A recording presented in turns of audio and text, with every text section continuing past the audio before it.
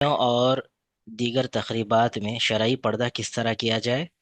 کیا ایسا لباس کافی ہے جو پورے جسم کو ڈھک لے اور سر پر سکارف باندھا ہو، یا مکمل شرعی حجاب برقع پہننا ضروری ہے؟ شرعی پردے کی بنیادی شریعت کیا ہے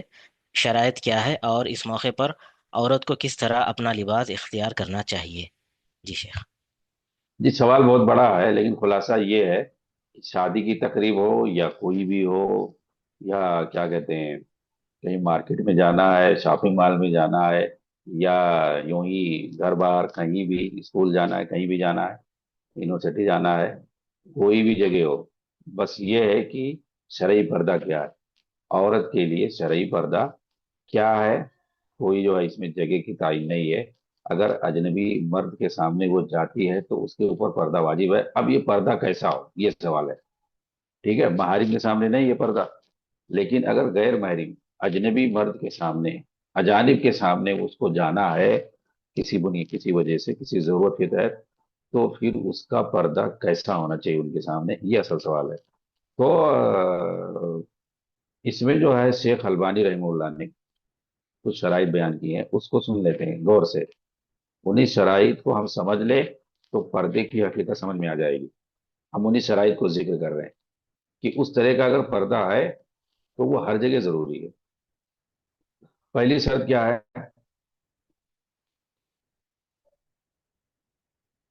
جسم کا چھپنا اور ڈھانپنا، یعنی پردہ ایسا ہو جس سے پورا جسم ڈھپ جائے، کیونکہ عورت کا بدن جو پورے کا پورا پردہ ہے، العورہ بدن المرأة عورہ کلھا، تو اس کا جو ہے جسم پورا کا پورا ڈھکنا چاہیے۔ ہاں، ہاں کچھ لوگ اختلاف کرتے ہیں، چہرہ ہے، ہتھیلی ہے، اس کا پردہ نہیں ہے، لیکن راجح قول اس میں بھی ہے کہ چہرے کا ہتھیلی کا پردہ ہے۔ اگر چہرے کا پردہ نہیں تو پھر کس چیز کا پردہ ہے، سمجھ رہے ہیں؟ چہرے ہی کا پردہ اصل ہوتا ہے، حجاب کہتے ہی ہے چہرے کو ڈھکنا۔ ہاں، تو اگر چہرہ کو نہیں ڈھکنا تو پھر پردہ کیسا؟ ٹھیک ہے، پردہ تو چہرے ہی کا ہوتا ہے۔ بہرحال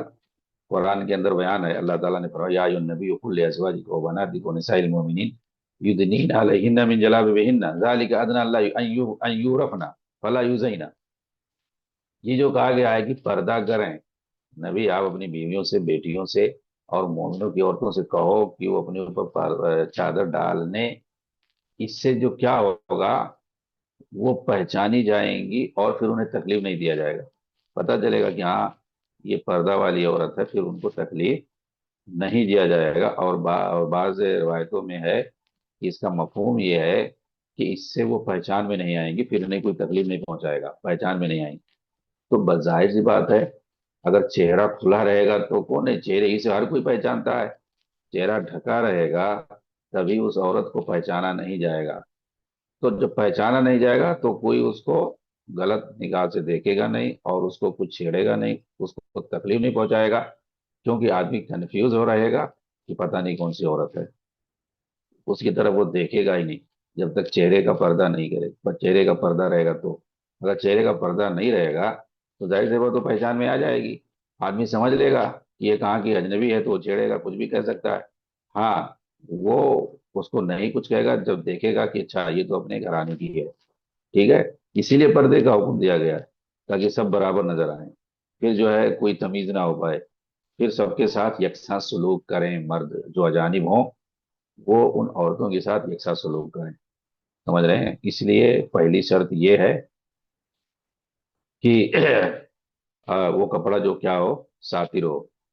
اور اس سے جو ہے پورا بدن ڈھکا ہوا ہو۔ دوسرا جو ہے، دوسری شرط یہ ہے کہ وہ پردہ جو عورت کرے وہ کیا ہو، موٹا ہو، ڈھیلا ڈھالا ہو، ڈھیلا ڈھالا ہو، زینت کو چھپانے والا ہو، زینت کو چھپانے والا ہو، اور تیسرا یہ کہ موٹا ہو، شفاف نہ ہو، باریک نہ ہو جس سے عورت کا بدن چھلکے، پرفتن نہ ہو، شفاف نہ ہو بلکہ جو ہے موٹا ہو، تو ساتر ہو، ڈھکنے والا ہو، اور اسی طریقے سے تبیز ہو، اور اسی طریقے سے ڈھیلا ہو، مطلب ساتر ہو،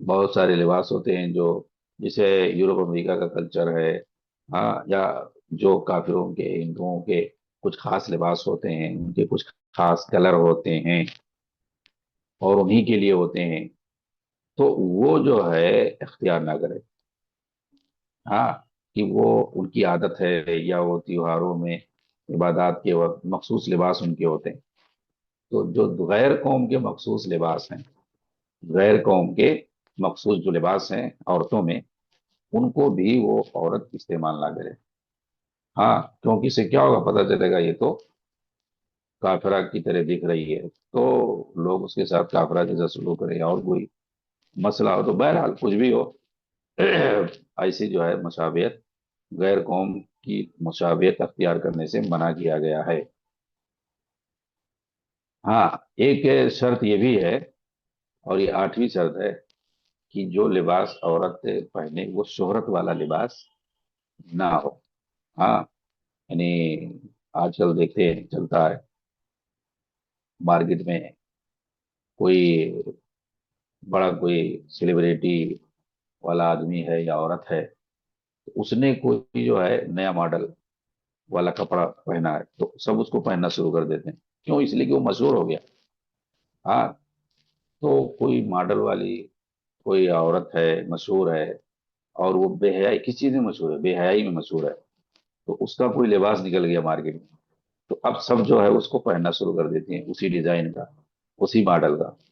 یہی جو ہے لباس سے شہرت ہے، تو لباس سے شہرت سے بھی منع کیا گیا ہے، کہ مارکیٹ میں کوئی شہرت والا لباس، کوئی ڈیزائن کوئی آ گیا، اب چلو اس کے پیچھے اسی طرح سے ہمارا بھی ہونا چاہیے، ہاں، تو یہ صحیح نہیں ہے۔ ابن عمر رضی اللہ تعالیٰ عنہ بیان کرتے ہیں کہ رسول اکرم صلی اللہ علیہ وسلم نے فرمایا، جس نے بھی دنیا میں شہرت کا لباس پہنا، اللہ تعالیٰ اسے قیامت کے دن ذلت والا لباس پہنائے گا، اس طریقے سے حدیث میں، اور یہ صحیح روایت ہے۔ تو لباس شہرت جو ہے، یہ صرف عورتوں کے لیے نہیں، مردوں کے لیے بھی منع ہے، تو چاہے مرد ہو یا عورت، ایسا لباس پہننے سے منع کیا گیا ہے حدیث کے اندر، جو شہرت والا لباس ہو، کہ اس کو دیکھیں تو لوگ اس کی طرف دیکھتے ہی رہ جائیں، ٹھیک ہے؟ تو یہ سارے شرائط ہیں، ان شرائط پر عورت جو ہے لباس اختیار کرے جو شرعی اعتبار سے ہو، یعنی اس کے بدن کو ڈھانپے، دبیز ہو، باریک نہ ہو، اور ڈھیلا ہو، چست نہ ہو، سب سے پہلی چیز، ہاں، ہاں، اور پرفتن نہ ہو، اٹریکٹیو نہ ہو، شہرت والا لباس نہ ہو، غیر قوم سے مشابہت نہ ہو، مردوں کی مشابہت نہ ہو، یہ سارے شرائط ہونا چاہیے، ٹھیک ہے؟